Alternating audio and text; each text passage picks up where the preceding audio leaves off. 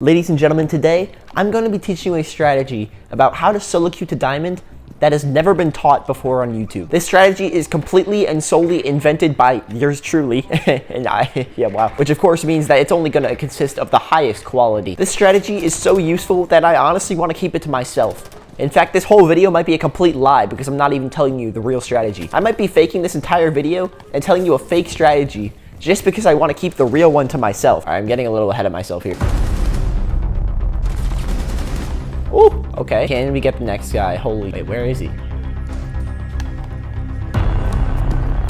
Oh!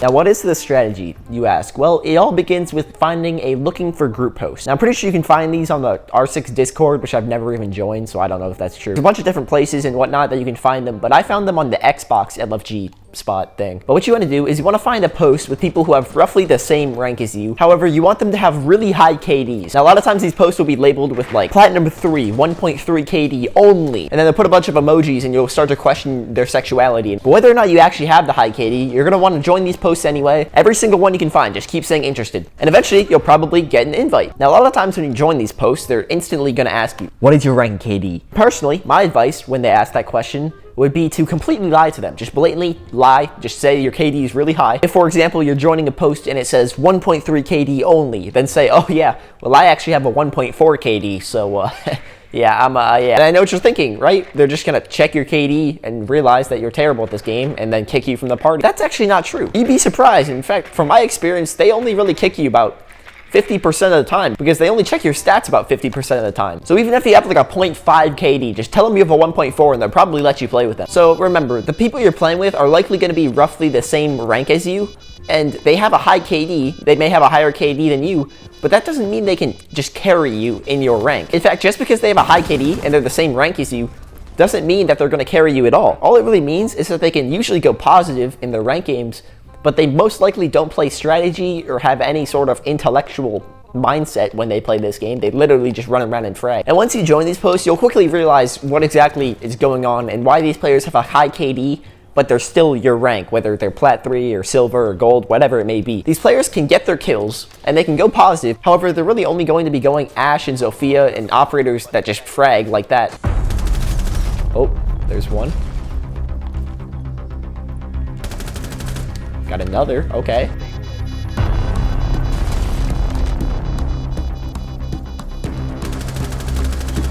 Okay, that was just bad aim.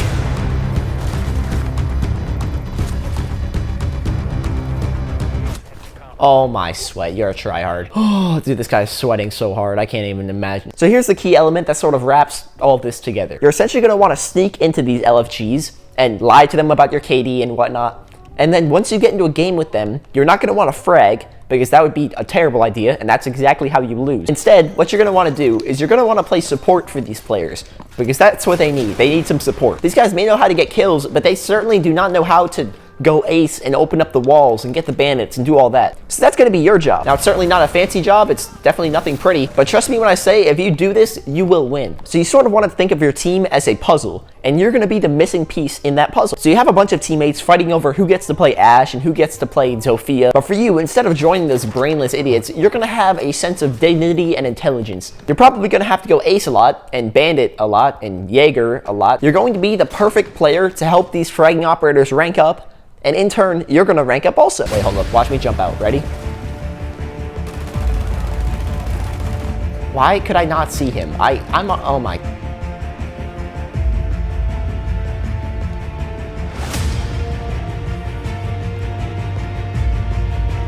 He put a claymore. When did he put a claymore there? Great.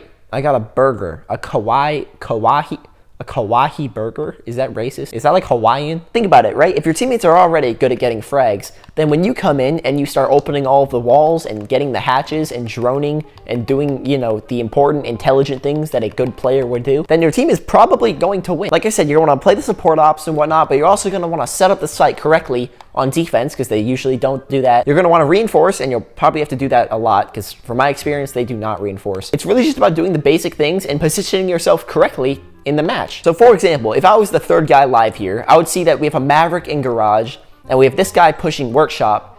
Then I would want to go onto the concrete wall up there and basically sit out there and just hold an angle until one of my teammates in garage or this guy in cons starts pushing up and making a move, sort of like he is doing right now. And then once I see that they've made a move and they're pushing into sight, I'm going to match that move and either swing in and plant the bomb or try to get some kills. That's actually a pretty good description of what I'm trying to say. I'm surprised I thought of that, actually. That was pretty smart. That's sort of the way you're going to want to play every round. Find out what position you have to be in to help your team the most. Don't just randomly go in and rush and try and get kills.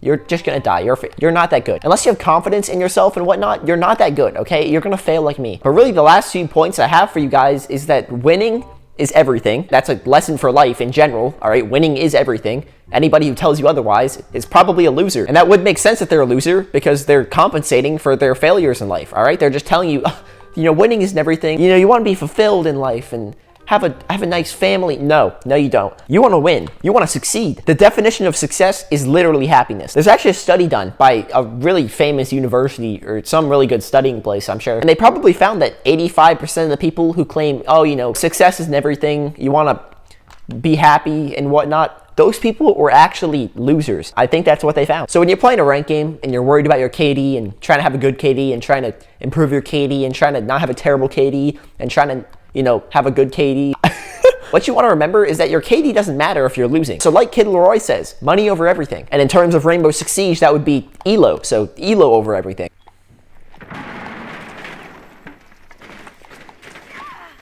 Oh, he shot his teammate. Oh, that's disrespectful. Oh!